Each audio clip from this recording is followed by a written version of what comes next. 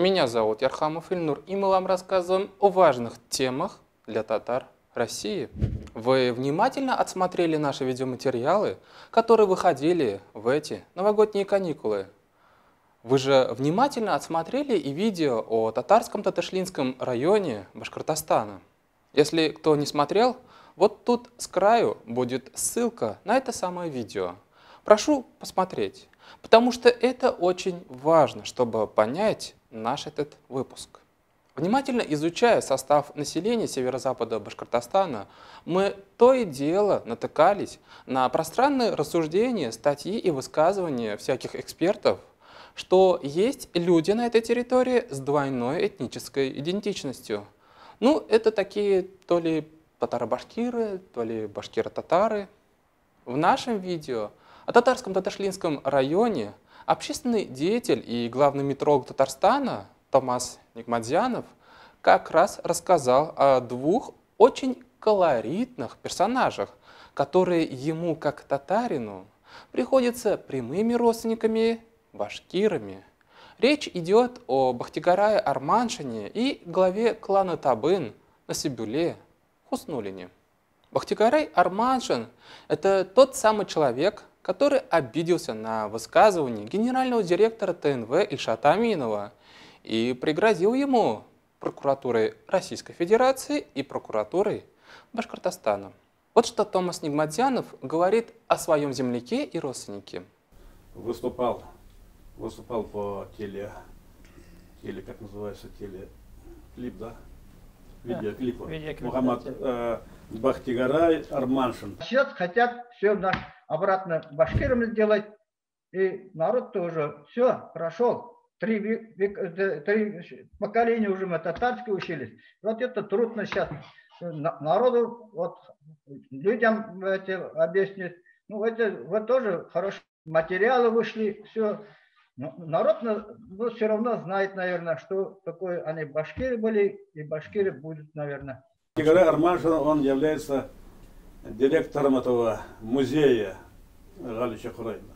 Вот выступали Бахтигарай, значит, Бахтигарай Арманшин, это Минем Худавол, мой родственник. Ваш родственник? Да. Итак, Бахтигарай Арманшин является основателем и руководителем музея имени татарского поэта Галича Курай.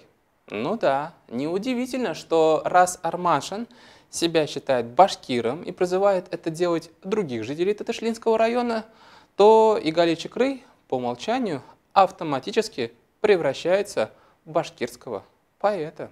Между прочим, сообщается, что в руках Бахтигарая Арманшина есть большое число некаталогизированных арабоязычных рукописей и книг. Мы очень надеемся, что все записи татарского поэта Галича Курай в целости и сохранности, и что они никак и никем не портятся. Переходим ко второй знаковой личности – Насибуле Хуснуллине. Вот что о нем говорит Томас Нигматзянов. Второй там выступал Насибулла Хуснуллин. Біздің отта бабабыз тілі білен сөйлешеміз. Әлі Бахтигарай конечный айтты ол. Біз аңлашақты башқұртша сөйлешкен бізде 100 ел элек күшкен біз икенші тілге тейіп. Алай түгіл. Менә біздің тіліміз, отта бабаның тіліміз ғұмыр бойы сөйлешкен. Менің қартатайлар, қартатайлар, әти деп шушы тілде үстік. Но біз башқұртлар. У него тоже есть из рода Киикова. Он тоже мой родственник. А он реально глава рода Табын? Он же там называет себя как... Там создали это для того, чтобы сказать,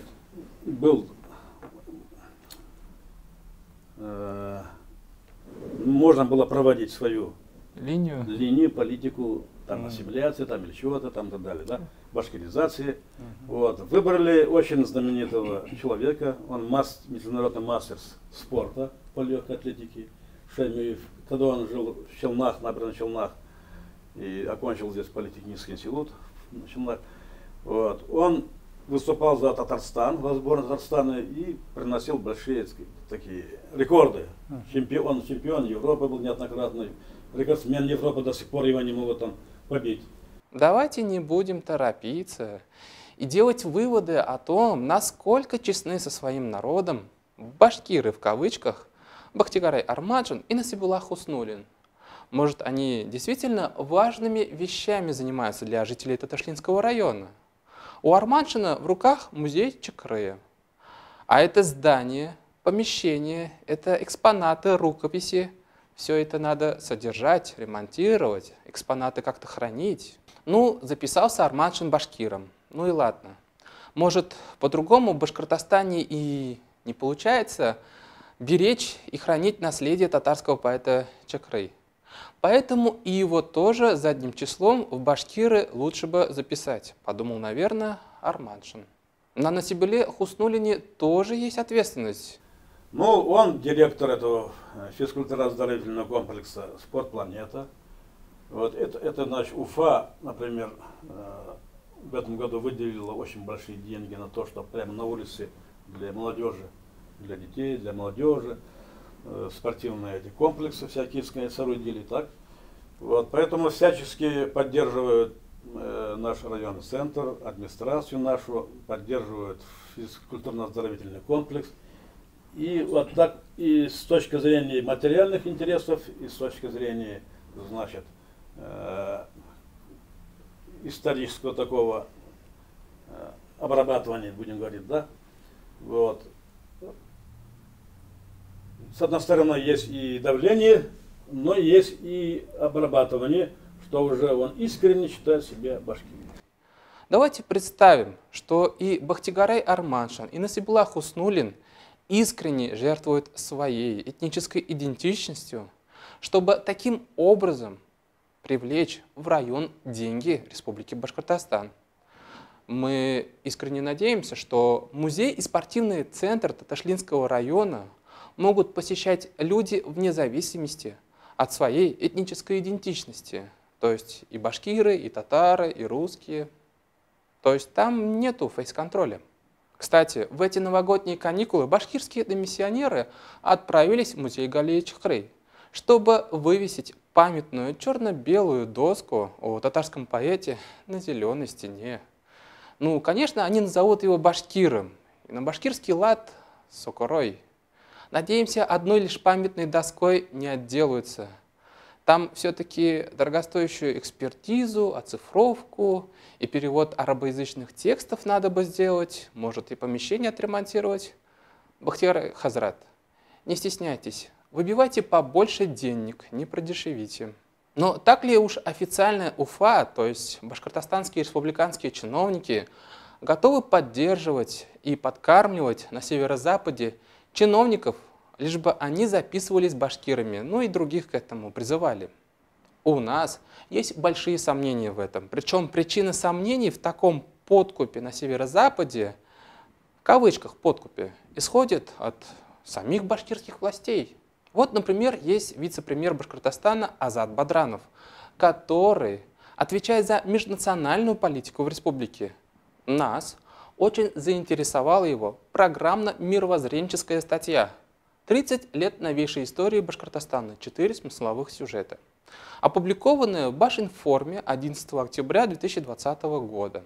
В этой статье есть рассуждение вице-премьера Бадранова о социально-экономическом уровне развития северо-запада и юго-востока Башкортостана.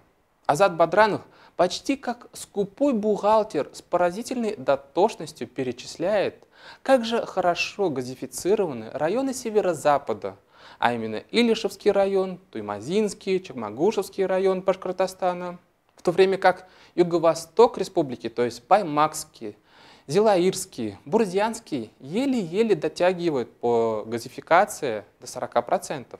Такие же сравнения есть и относительно степени асфальтированности дорог на северо-западе и на юго-востоке Башкирии.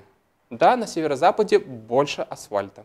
Мы долго думали, зачем высокопоставленный республиканский чиновник, курирующий сферы межэтнических отношений, вдруг взялся рассуждать о газопроводах и дорогах.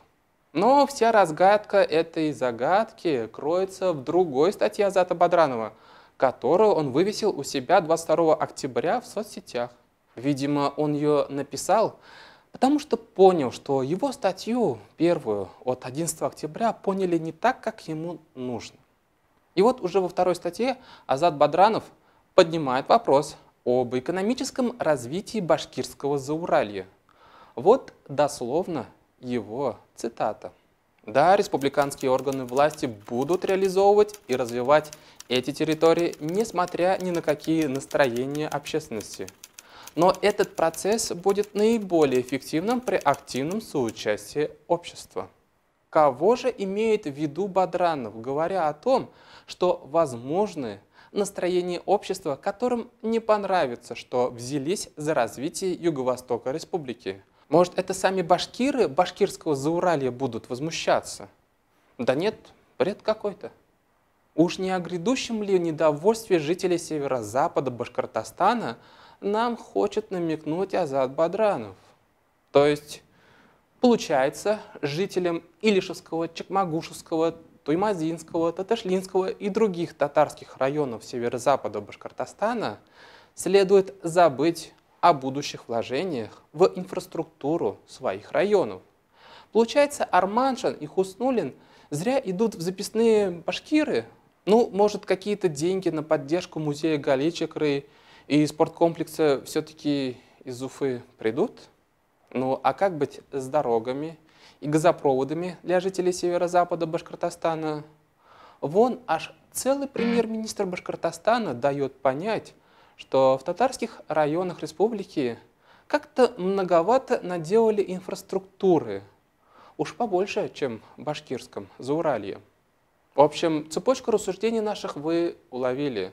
К татарам Башкортостана в районы едут башкирские миссионеры с целью выменить их будущую инфраструктурную базу и удобства на разноцветные карты, книжки, брошюрки с великими башкирскими кланами и кипой документов из архивов об их в самом делешном происхождении.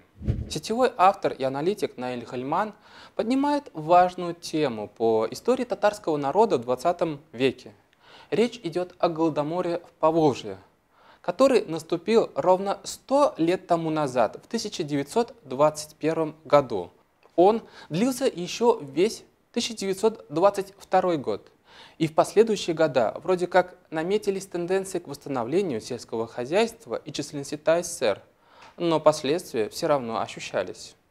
Наиль Гальман сетует, что на сегодня в Татарстане нет ни одного памятника жертвам Великого Голода или памятника хотя бы тем, кто спасал жизни голодающих.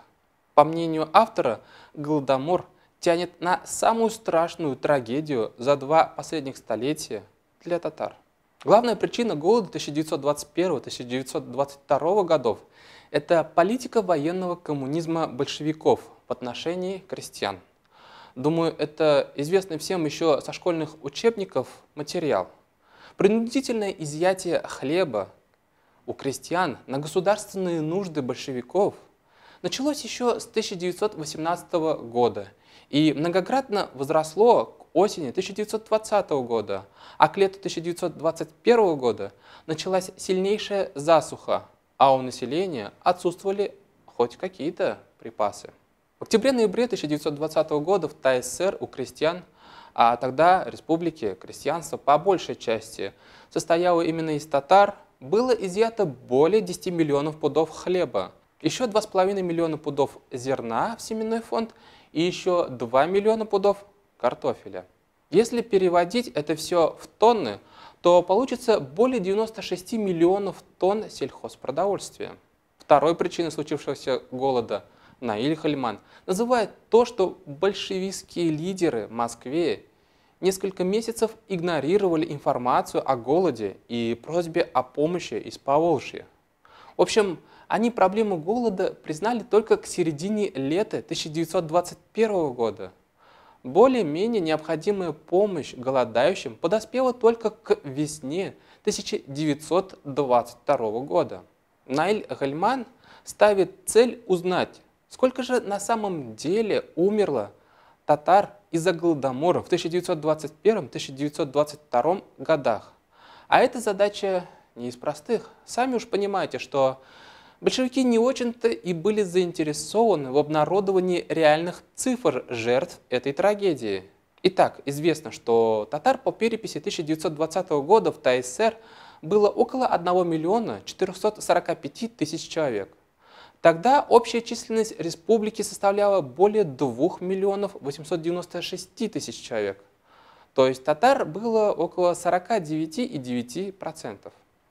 В 1926 году численность населения ТАССР сократилась до 2 миллионов 594 тысяч человек.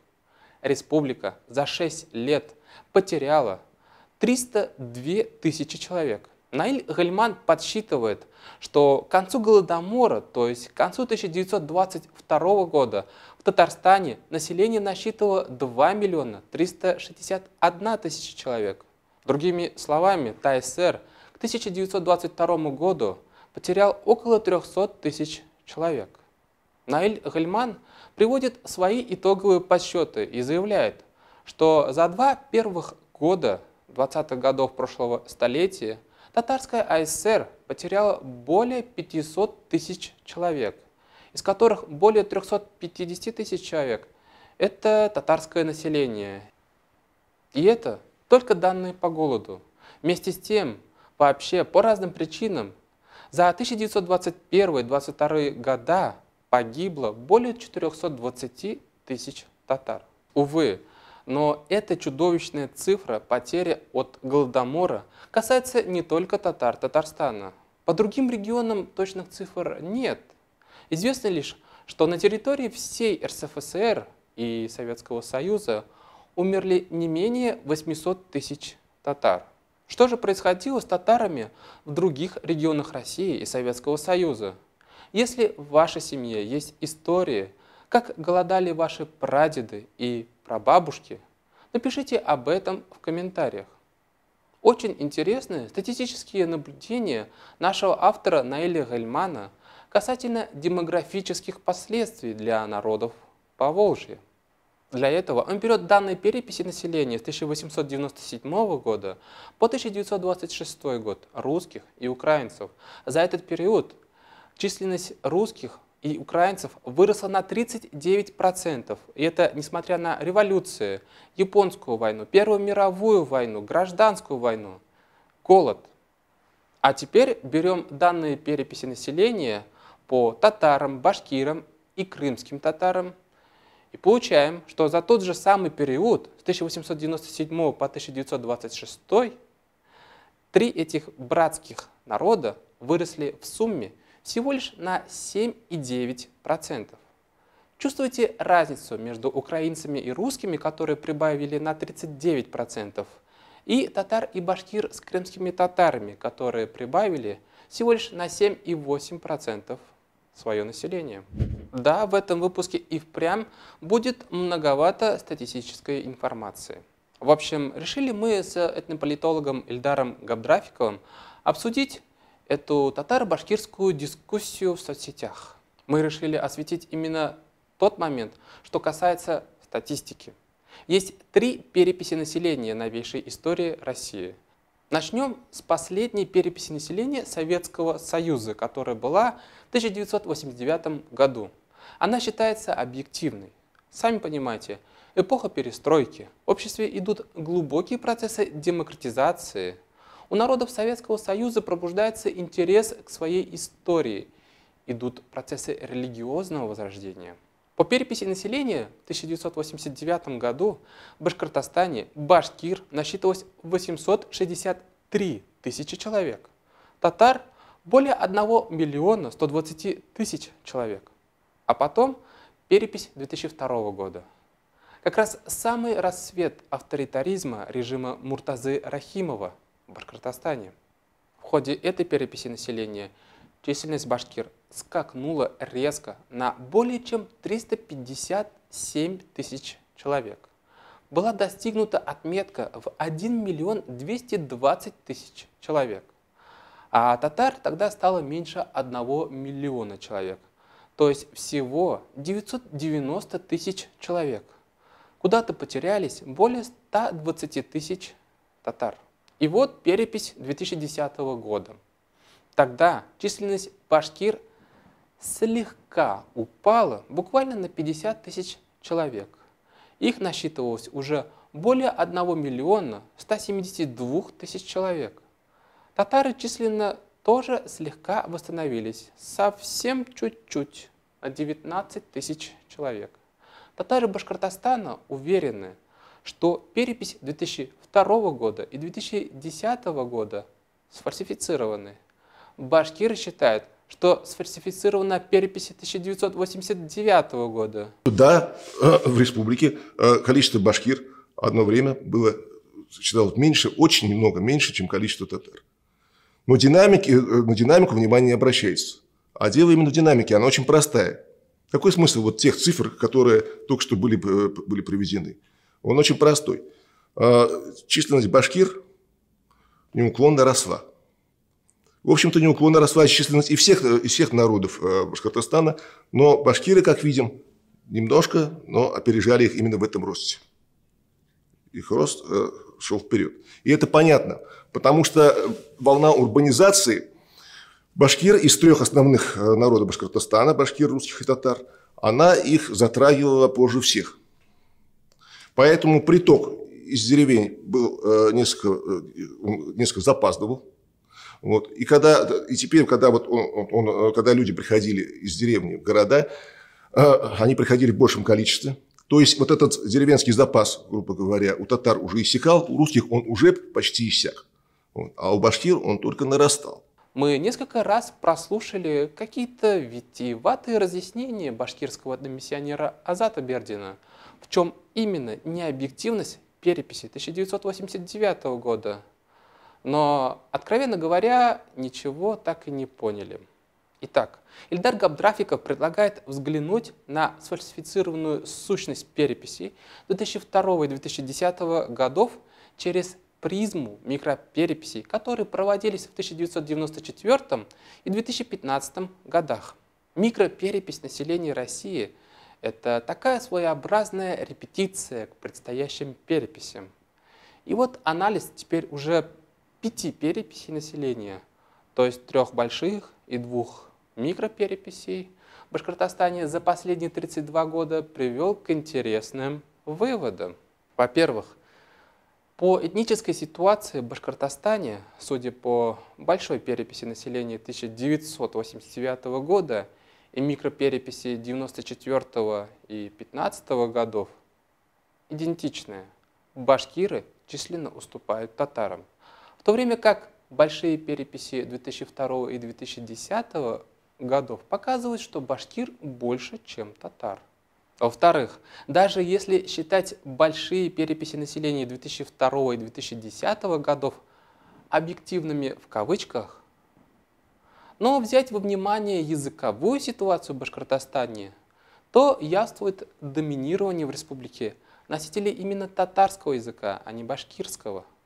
А это опять бросает тень сомнения в объективности данных больших переписей 2002 и 2010 годов. В-третьих, нам стало понятно, в чем именно причина внедрения этого пресловутого конструкта под названием северо-западный диалект башкирского языка.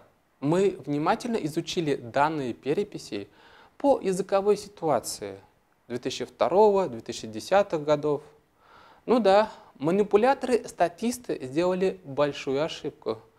Они нарастили численность башкир, зафиксировали их якобы этническую идентичность. Но забыли еще про то, что самосознание человека определяется и его этноязыковой идентичностью. Вот и получилась любопытная картина. Перепись 2002 и 2010 годов. Да, башкир много, но татарского языка больше, чем башкирского литературного. А по микропереписи населения 2015 года и вовсе получается печальная ситуация с литературным башкирским языком в городах Башкортостана.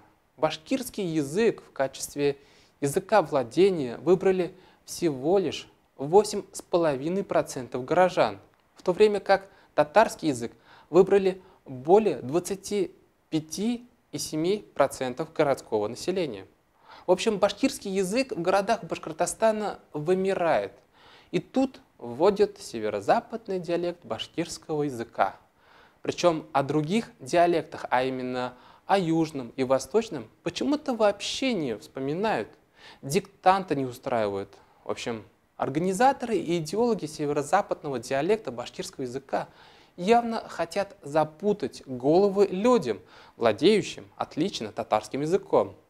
Ну а настоящим башкирам, разговаривающим на литературном башкирском языке, замылить глаза и нарисовать красочную картинку, что с их языком все нормально. В общем, в итоге у нас что получается?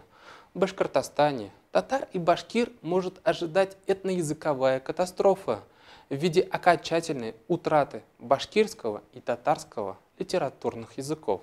Ну а население Башкортостана получится русскоязычным. Это такие русскоязычные башкиры и русскоязычные татары с расстроенной этнической идентичностью.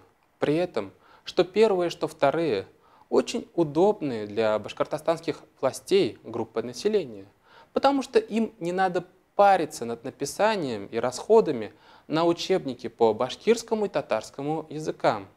Как ни крути, но экономия. Нужна ли такая экономия башкирам и татарам?